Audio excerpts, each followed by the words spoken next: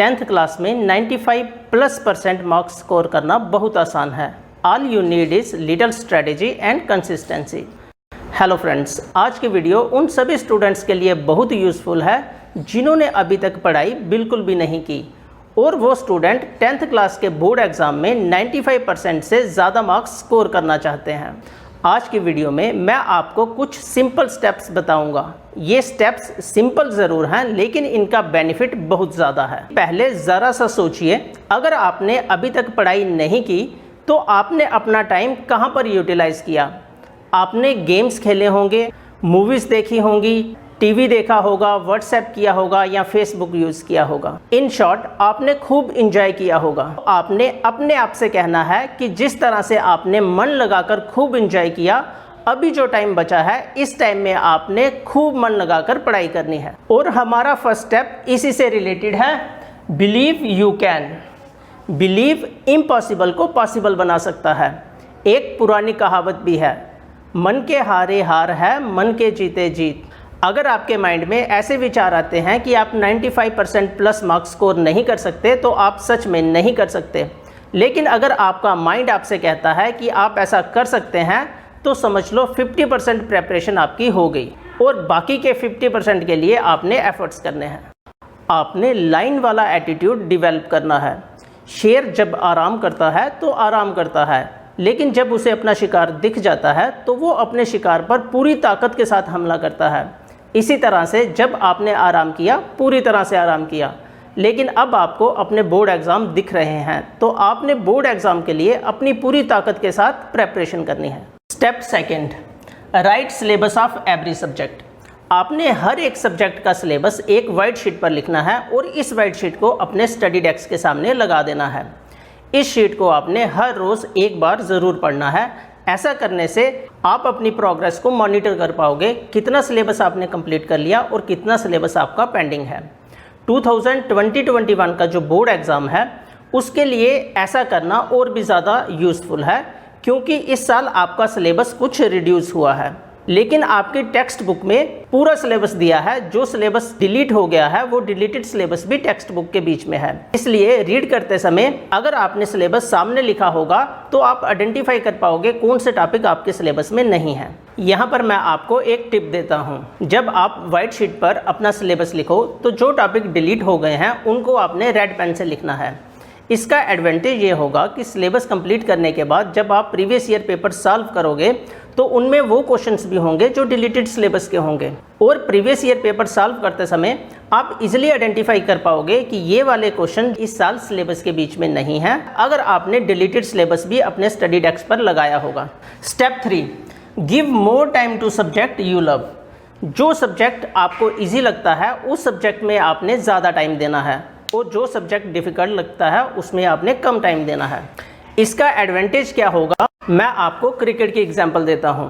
जब दो player batting करते हैं तो जो प्लेयर ज़्यादा अच्छे से खेलता है उसे ज़्यादा स्ट्राइक दी जाती है और धीरे धीरे जो दूसरा प्लेयर है वो भी सेट हो जाता है। इसी तरह से जब आपको कोई सब्जेक्ट ईजी लगता है तो आपने उस सब्जेक्ट को ज़्यादा टाइम देना है और डिफ़िकल्ट सब्जेक्ट को कम टाइम देना है। धीरे धीरे जब आपके इजी सब्जेक्ट का सिलेबस कंप्लीट होगा तो आप फील करेंगे कि जो डिफ़िकल्ट सब्जेक्ट था आपने उसका भी 40-50% सिलेबस कंप्लीट कर लिया है।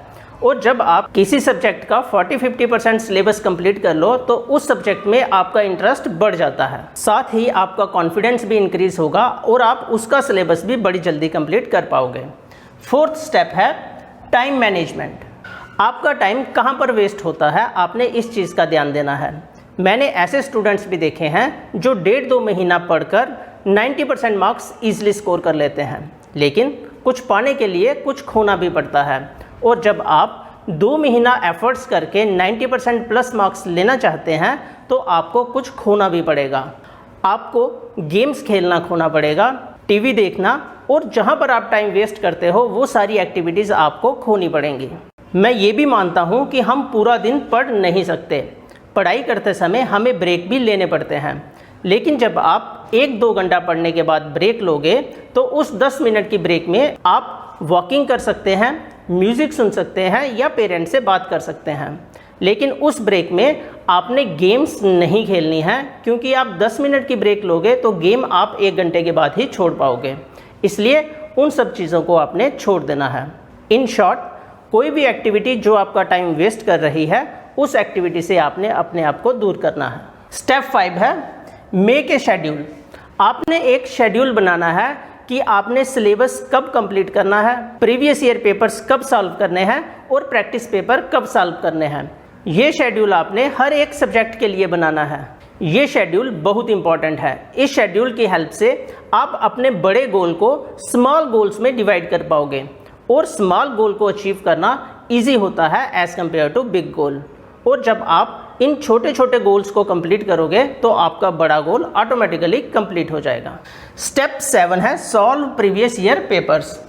आपने सिलेबस कंप्लीट करने के बाद प्रीवियस ईयर पेपर्स सॉल्व करने हैं, और ये पेपर्स आपने एग्ज़ाम लाइक कंडीशन में सॉल्व करने हैं।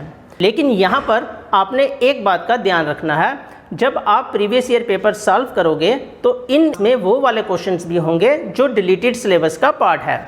अगर आपने डिलीटेड सिलेबस भी एक पेज पर लिखा होगा तो आप उन क्वेश्चंस को ईजिली आइडेंटिफाई कर पाओगे। जब आप प्रीवियस ईयर पेपर सॉल्व करते समय डिलीटेड क्वेश्चंस को छोड़ोगे तो जो आपका टोटल टाइम था 3 घंटे का, आपने वो कॉरस्पॉन्डिंग टाइम उस 3 घंटे के टाइम से माइनस कर लेना है। फॉर एग्जाम्पल, अगर आपने एक लॉन्ग आंसर टाइप छोड़ रहे हैं तो 20-25 मिनट जितने भी आपके हैं वो 3 घंटे से आपने सब्ट्रैक्ट कर लेने हैं। Step 8 is solve sample papers. CBSE हर साल सितंबर के मंथ में एक सैम्पल पेपर रिलीज़ करती है, और बोर्ड एग्ज़ाम उसी सैम्पल पेपर के अकॉर्डिंग आता है। इसलिए आपने एग्ज़ाम की प्रिपरेशन के लिए कुछ सैम्पल पेपर्स भी सॉल्व करने हैं। मार्केट में बहुत से पब्लिशर्स के सैम्पल पेपर अवेलेबल हैं, आप इनमें से कोई भी सैम्पल पेपर यूज़ कर सकते हो। इन स्टेप्स को आप जितना एक्यूरेटली फॉलो कर पाओगे उतने ज़्यादा अच्छा स्कोर आप बोर्ड एग्जाम में स्कोर कर पाओगे। स्टेप 5 मैंने मिस कर दिया था, इसलिए स्टेप 5 को मैं यहाँ पर एक्सप्लेन करता हूँ। स्टेप 5 है रीड सिलेक्टेड स्टडी मटेरियल। हमें बहुत ज़्यादा बुक्स पढ़ने की ज़रूरत नहीं है, हमने सिलेक्टेड स्टडी मटेरियल पढ़ना है।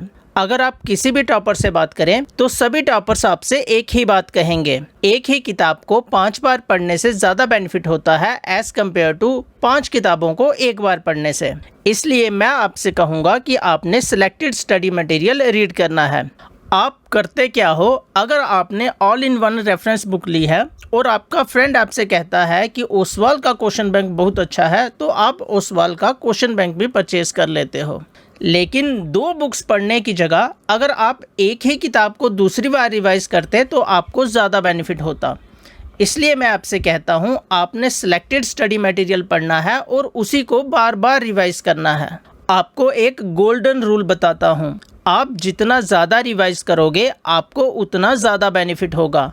अगर आप किसी टॉपर से बात करो तो वो आपको बताएगा कि उसने 10 to 15 टाइम्स रिवाइज किया था, और यही एक डिफरेंस है जो टॉपर्स को एवरेज स्टूडेंट से अलग करता है। Thank you.